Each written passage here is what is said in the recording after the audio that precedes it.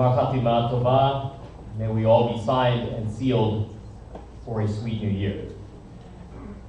Apart from my own family, my favorite Jew, and perhaps my favorite human being of the past 1,000 years, would have to be Albert Einstein. His theories have proven to be correct year after year, and many technologies that we take for granted depend on the mathematics that underlie those theories. On top of that, Albert Einstein had a supremely clever sense of humor. By the way, these stories about him are really more witty than funny. I'm not expecting you to bust a gut laughing. It's Yizkor after all. But they make a good point. Once a young boy asked him, "Dr. Einstein, why did the chicken cross the road?" To which the professor replied, and this is true, it's happened. "The question does not have an answer. How do you know the chicken crossed the road? Maybe the road crossed the chicken."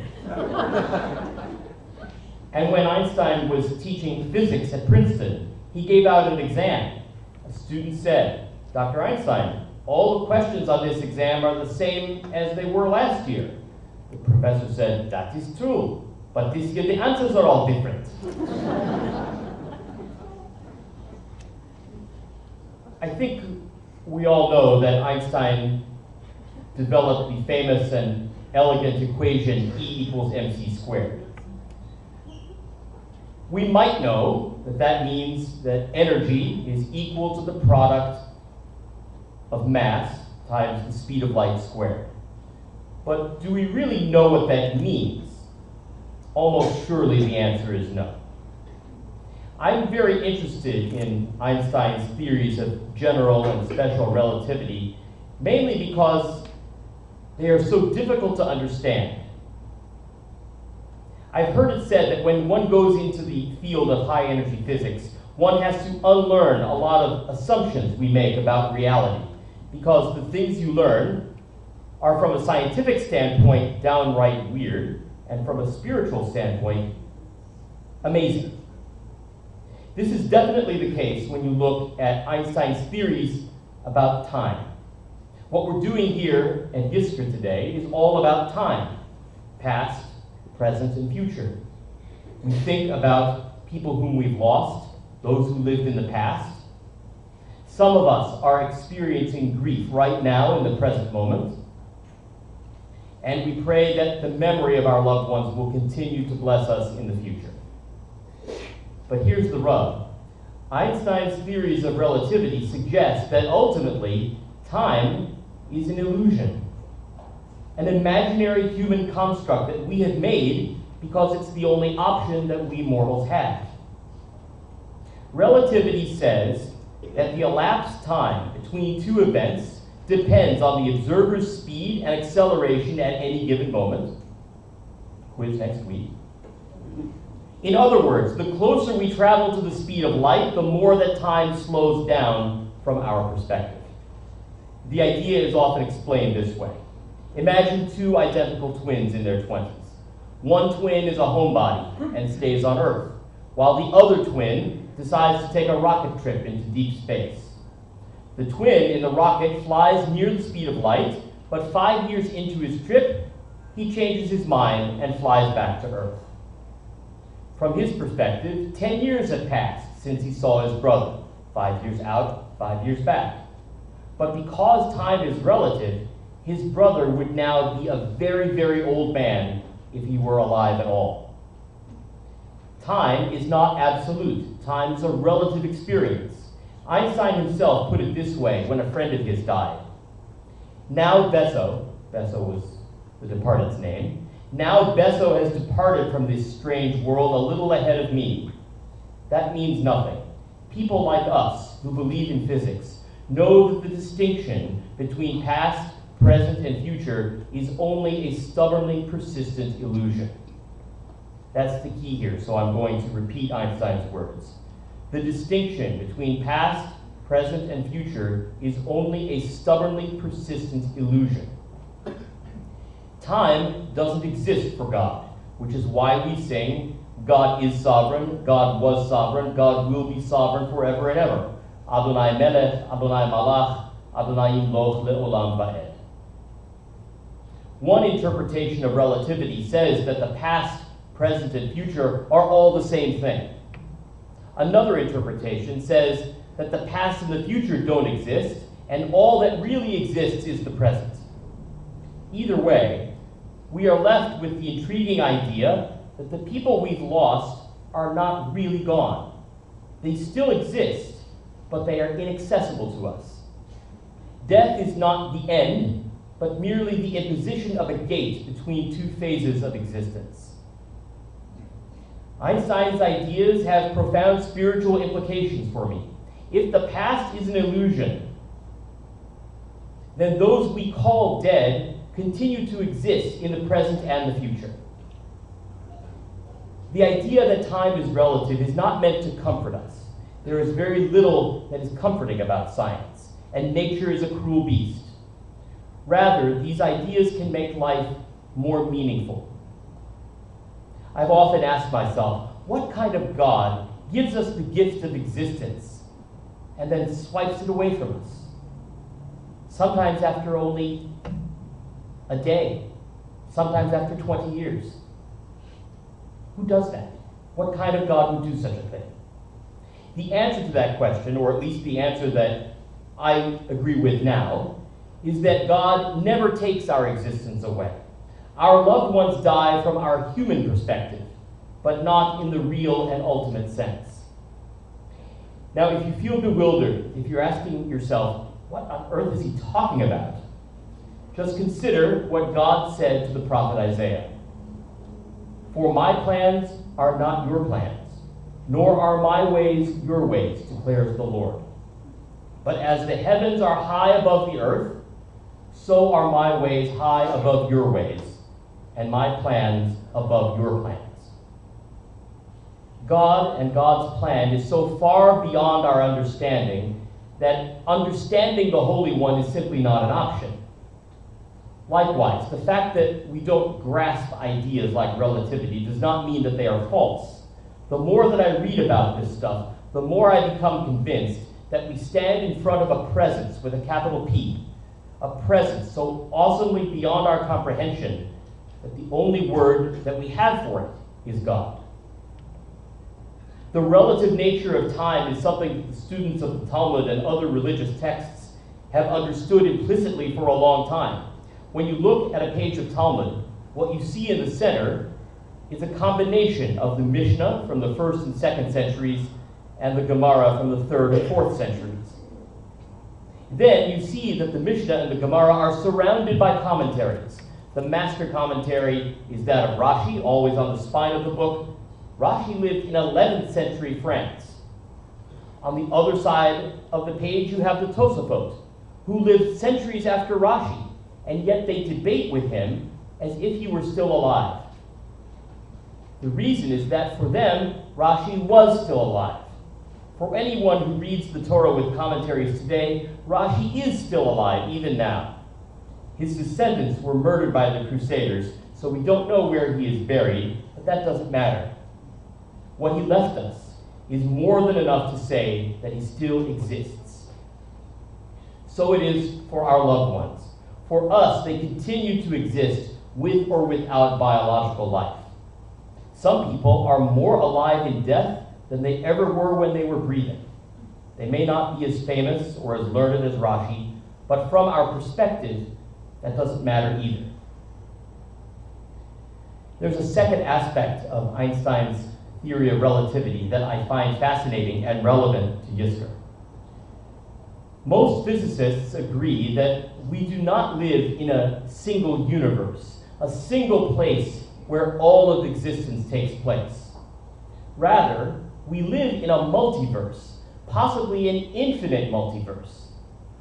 Our universe is quite probably one of uncountable other universes. A corollary of this idea is that in this multiverse, all possible realities exist simultaneously. What we experience as history is just one option of infinite other timelines. Time, according to relativity, is not like a book. It's not a single narrative that can be read from beginning to end sequentially. Rather, it is more like an intricate and infinite spider's web in which every spoke is connected to every other spoke. The sages hinted at this idea when they wrote, "En mukdam ve'en meuchar b'Torah." We don't apply chronology to the Torah. For us, the Torah exists in a different frame of reference, one that is not connected to ordinary factual history. So what, you ask? Well, I'll tell you so what. What this means is that there is a hidden alternate universe out there where 6 million Jews were not slaughtered. There is a universe somewhere out there where those 6 million lived out their lives in peace, undisturbed by the evil of anti-Jewish hatred. You may be aware that earlier this week, an American Israeli named Ari Fold, a resident of Gush Etzion, was murdered in the beating heart of our homeland. I realize that it is cold comfort for us in the here and now, but relativity suggests that there is a universe out there where Ari Fold, a passionate lover of Israel, was not cruelly stabbed to death by a worthless Palestinian murderer. There is a plane of existence where the Jewish people and the Muslim world are at peace. If that place exists somewhere in God's multiverse, then perhaps some glimmer of it can exist here one day. Hope, however distant, is a powerful force. Somewhere, there is a universe where addiction to heroin does not rip children away from their parents. Children who should be getting married and having children of their own rather than dying from a relentless, cruel disease. Somewhere, in the incomprehensible vastness of this multiverse, there is a place where we did not lose our loved ones, a place where life continued with them. Can we go to these places? Of course not. I mean, it seems like half the time we can't even make it to Penn Station. I only mention these other universes to show you that no loss, no death is total. When we lose someone, it is only from our perspective, at this place, at this time, in this universe. But what we can do is think and imagine. We can think that despite the bitterness of our loss, there is a hidden place somewhere where the loss never happened. We can pray that somewhere, somehow, somewhen, the person we lost can keep on living in a reality we will never see.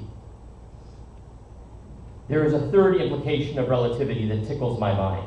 It's the idea of paradox, the notion that two contradictory things can be true at the same time.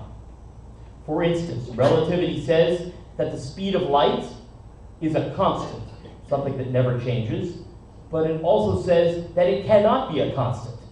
So which is it? There are simpler paradoxes, of course. An example would be someone who says, "I always lie." Is that person telling the truth or lying? If he's telling the truth, then he's lying. But if he's lying, then he's telling the truth, and so on and so forth. You might also consider the paradox of the time traveler who goes and travels back in time and kills his grandfather before his grandfather meets his grandmother. As a result, the time traveler is never born. But if he was never born, then he is unable to travel through time and kill his grandfather, which means the traveler would then be born after all, and so on and so forth. Now, you might think that these are mind games for nerds. Yes, they are. Absolutely. I love a good nerd mind game. But contradictions and paradoxes are real, and we need to embrace them for the sake of our sanity. For instance, we believe, Chol Ma'aminim, that God is good, all-powerful, and omniscient, all-knowing. That is a classic paradox, because if God is all-knowing and good and omnipotent, then the Holocaust should never have happened. God should have been able to foresee it and stop it. But it did happen. So how can God have those three qualities? If you try to pick this paradox apart, you will fall down a rabbit hole with no end. Instead, we simply accept the paradox on faith and move forward. God is not the only one who presents us with paradoxes. There are non-theological paradoxes like this one. If you want to find happiness, stop looking for it. That sounds like wise advice, but if you stop looking for it, how can you find it? Paradoxes are important on Yom Kippur because each one of us presents God with a paradox, the paradox of our soul. We are good and bad at the same time. We have love and selfishness present within us at all times. We all deserve to be written and sealed in the book of life because we tried our hardest to be good Jews. And we all deserve to be written off entirely because we are all failures to one degree or another. God accepts our paradoxical nature lovingly and only asks that we also accept the paradoxes and inconsistencies in other people as well as the puzzle of God, who is good, all-powerful, and all-knowing at the same time. Albert Einstein did more than give us relativity. He opened humanity's mind to a manner of thought that was previously impossible. Before Einstein, we were like ants compared to God. After Einstein, we are still ants compared to God. The difference is that now we know we are ants. Was Einstein a believer in the Jewish sense of the word? It's hard to say. I suspect that the answer is yes and no. Once, he wrote the following to a colleague. Quantum mechanics is certainly imposing, but an inner voice tells me it is not yet the real thing. The theory says a lot, but does not really bring us any closer to the secret of the old one. I, at any rate, am convinced that God does not throw dice. Whether he knew it or not, Einstein was saying that truly knowing God is impossible, just as traveling faster than light is impossible. We can get as close as we want and as close as we are spiritually able, but we will never break through and know God in the complete sense. But God knows us completely, and that is why we should stand before the Holy One today in reverence and awe as we try to touch eternity. May we all be sealed in the book of life as we remember those who can only be here in spirit.